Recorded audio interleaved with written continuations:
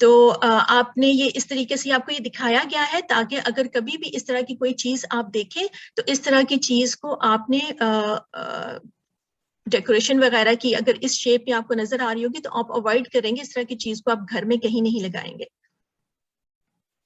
اس کے بعد پیدائشی پتھر، مختلف پتھروں کو اپنی پیدائش کی تاریخوں سے منسوب کرنا اور اسی طرح انہیں مختلف بیماریوں کے علاج اور اچھے شگون کے طور پر انگوٹھی وغیرہ میں جڑوا کر پہننا، یہ بھی سنت سے ثابت نہیں ہے، یہ سب شرک اصغر کی مختلف صورتیں ہیں۔ یہ آپ کو پتہ ہے 12 پتھر جو ہیں وہ ہوتے ہیں کہ جی کچھ لوگوں کو یہ ہوتا ہے کہ یہ اس کو تاریخ پیدائش سے منسوب کر کے وہ اچھا شگون سمجھ کے پہنتے ہیں۔ تو یہ بھی جو ہے، یہ بھی کہنا کہ اس اسٹار کا یہ سٹون ہے وہ پہنے تو بہت لکی ہوگا، یہ سب شرکیاں باتیں ہیں، ان سب سے بچنا ہے۔ سٹونز والی انگوٹھیاں پہننا یا لکی نمبر کسی کو سمجھنا، اسی طریقے سے ٹیرو کارڈ، یہ سب شرک میں آتا ہے کیونکہ مستقبل کا حال اللہ کے علاوہ کسی کو نہیں پتا۔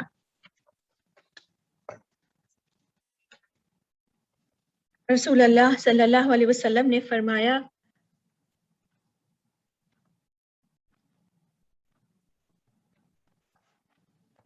میری امت کے 70,000 آدمی بغیر حساب کتاب کے جنت میں جائیں گے۔ یہ وہ لوگ ہوں گے جو نہ شرک کرتے ہیں، نہ شگون لیتے ہیں، نہ داغ لگواتے ہیں، بلکہ اپنے پروردگار پر بھروسہ کرتے ہیں۔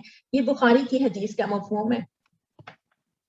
داغ لگوانے سے جیسے میں نے لاسٹ ٹائم بھی بتایا تھا آپ کو کہ وہ لوہے کو گرم کر کے نا بہت زیادہ، تو جس جگہ پہ درد ہو رہا ہوتا ہے نا اس جگہ پہ لگاتے تھے آرام کرنے کے، کہ اس سے وہ ان کو لگتا تھا کہ اس سے ریلیف ملتا ہے۔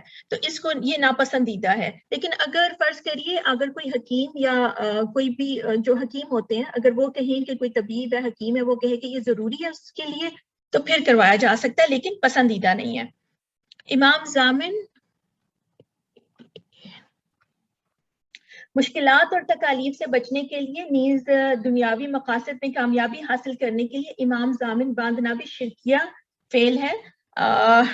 بعض اقوام مسافروں کو سفر کی ابتدا میں یہ بازو پر باندھتے ہیں، جبکہ مسلمانوں کو ایسے مواقع کے لیے بہترین دعائیں ہمیں سکھائی گئی ہیں۔ تو امام ضامن جو ہے یہ کیا ہے کہ اس کی نا نظر و نیاز کی رقم امام ضامن کا روپیہ کہلاتی ہے، جسے فاسد العقیدہ لوگ سفر پر جاتے وقت اپنے بازو پر باندھ لیتے ہیں تاکہ دوران سفر میں خیریت سے رہیں، جبکہ شریعت نے ہمیں سفر میں خیریت اور عافیت کی دعائیں سکھلائی ہیں۔ مقیم اور مسافر ہر کسی کا محافظ اور ضامن اللہ تعالیٰ ہے۔ کچھ پیسے کیا کرتے ہیں باندھ دیتے ہیں بازو کے اوپر اور پھر کہتے ہیں کہ جب وہاں پہ پہنچ جاؤ گے اپنی جگہ پہ جہاں پہ آپ نے پہنچنا ہے سفر کے بعد تو وہاں پہ پہنچ کے صدقہ کر دینا، اور یہ پھر اس طرح کا کرنا یہ سب شرک ہے، کیونکہ ضامن صرف اللہ سبحانہ و تعالیٰ ہی ہے اور صدقے کا یہ طریقہ درست نہیں ہے۔ تو یہ آپ دیکھیں گے کہ اس طریقے سے یہ امام ضامن کی چیزیں آپ کو یہ ریڈ اور گرین کلر میں اور بعض اوقات ایسے بھی یہ نظر آتا ہے کہ اس طریقے سے یہ اس میں روپیہ باندھ کے تو بازو پہ پھر باندھ دیتے ہیں اور کہتے ہیں جب آپ پہنچ جاؤ گے جس جگہ پہ سفر کر کے تو وہاں پہنچ کے پھر یہ صدقہ کر دینا، یہ شرک ہے، اس سے ہمیں بچنا ہے۔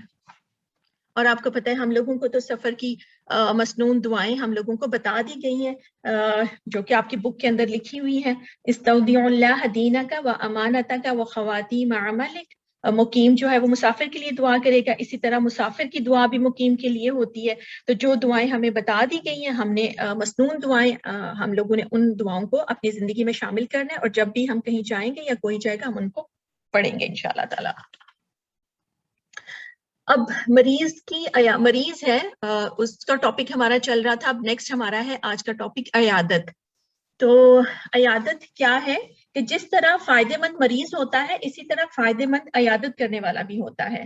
تو حقوق العباد میں سے ایک حق ہے جو ایک مسلمان کا دوسرے مسلمان پر، اور بہترین عمل اللہ کے نزدیک کیا ہے کہ انسان کسی دوسرے کے دل میں کوئی خوشی پیدا کر دے۔ اب کیا ہوتا ہے کہ بیمار انسان تو خود اللہ تعالیٰ کے قریب ہوتا ہے، اس لیے بیماری میں بھی خیر ہے، اور جو عیادت کرنے کے لیے آتا ہے نا وہ بھی وہاں پہ اللہ کو پاتا ہے۔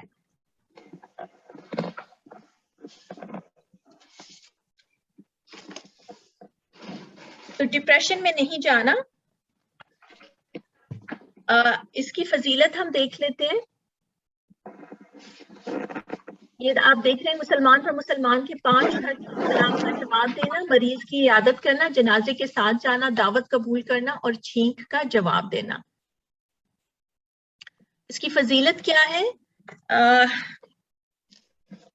عیادت کرنے سے اللہ تعالیٰ سے محبت اور تعلق بڑھتا ہے. حضرت ابو ہریرہ رضی اللہ عنہ سے روایت ہے، رسول اللہ صلی اللہ علیہ وسلم نے فرمایا، اللہ تعالیٰ قیامت کے دن فرمائے گا، اے ابن آدم میں بیمار ہوا، تو نے میری بیمار پرسی کیوں نہیں کی؟ ابن آدم عرض کرے گا، اے میرے رب، تو رب العالمین ہے، تیری بیماری کا کیا مطلب؟ اللہ رب العزت فرمائے گا، کیا تجھے معلوم نہیں تھا کہ میرا فلاں بندہ بیمار ہے، لیکن تو نے اس کی عیادت کی، لیکن تو نے اس کی عیادت نہ کی. اگر تم اس کی بیمار پرسی کرتے تو مجھے یعنی میری رضا اور رحمت کو اس بیمار بندے کے پاس پاتے. تو یہ مسلم کی حدیث کا مفہوم ہے. اور دیکھیں یہ بھی کتنی خوبصورت حدیث ہے کہ جو بھی مسلمان کسی دوسرے مسلمان کی صبح کے وقت میں عیادت کرتا ہے تو شام تک 70,000 فرشتے اس کے لیے دعا کرتے ہیں، اور اگر شام کو عیادت کرنے چاہتا ہے تو بھی صبح تک 70,000 فرشتے اس کے حق میں دعا کرتے ہیں، اور اس کے لیے جنت میں تر و تازہ اور پکے ہوئے پھل ہیں. تو جب کوئی مسلمان اپنے کسی مسلمان بھائی کی عیادت کو جاتا ہے تو وہ لوٹتے وقت تک جنت کے باغات سے میوہ خوری میں رہتا ہے. یہ مسلم کی حدیث کا مفہوم ہے. تو اب آپ نے دیکھا یہاں پہ کہ بیمار کی عیادت کی فضیلت کیا ہے نا. تو اور اس کی عیادت ہم کن طریقوں سے کر سکتے ہیں؟ اچھا، ہمدردی اور تیمارداری. اب جیسے فرض کریے آپ عیادت کرنے کے لیے گئے ہیں تو وہ کون کون سے طریقے ہیں کہ جس سے آپ ان کی تیمارداری، ان کی جب آپ ان کی عیادت کے لیے گئے ہیں تو آپ کو پتا ہونا چاہیے کہ وہ کون کون سے طریقے ہیں کہ ہم ان کی عیادت کے لیے جب ہم جائیں تو جن کا ہمیں خیال رکھنا ہے. تو آپ دیکھیے کہ مریض کے پاس جب کوئی مریض آپ اس کی عیادت کے لیے گئے ہیں تو اس کے بھی کچھ آداب ہیں جن کا خیال رکھنا ہے. جب آپ جائیں گے نا تو مریض کے پاس مختصر وقت کے لیے جا کر اس کی طبیعت اور بیماری کی موجودہ کیفیت اور علاج اور معالجے سے متعلق گفتگو کرے. اور اس کے بعد آپ کا یہ ہے کہ تیماردار جو ہے اس کا لہجہ بہت نرم اور ہمدردانہ ہونا چاہیے، سمپتی ہونی چاہیے، اور بیماری پر صبر کی تلقین کریے اس کو، کیونکہ آپ کو پتہ ہے بعض اوقات انسان تھوڑا سا گھبرا جاتا ہے نا، تو پھر آپ اس کو صبر کی تلقین کریے. کچھ اچھی سی بات صبر پہ آپ بتائیے کہ اللہ تعالیٰ دیکھیں صبر کرنے والوں کے لیے کتنی خوشخبریاں ہیں، جنت کی خوشخبری ہے. تو ایسے کر کے اس کے دل کو تسلی دیجیے.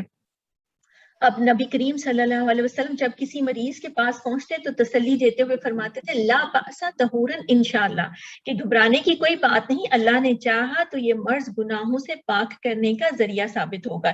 یہ بخاری کی حدیث کا مفہوم ہے. تو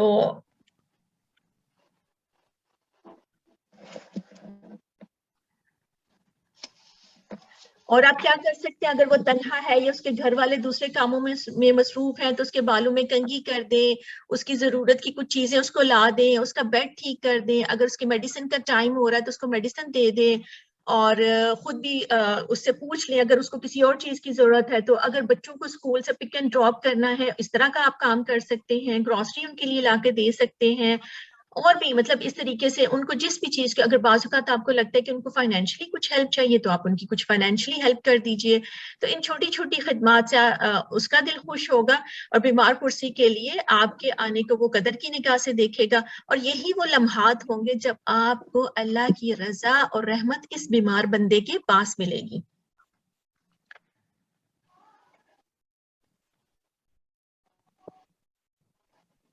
اور آپ یہ سوچیں گے نا کہ یہ نیکی کا ایک موقع ہے جو اللہ تعالیٰ مجھے دے رہے ہیں، تو ہر کام رب کی رضا کے لیے کریں گے. تو اس وقت بھی جو بھی ان کے کام کر رہے ہوں گے رب کی رضا کے لیے کریں گے. اور جب آپ ان کی عادت کریں تو اچھی اچھی باتیں کریں، کیونکہ فرشتے ان باتوں پر پھر آمین کہتے ہیں.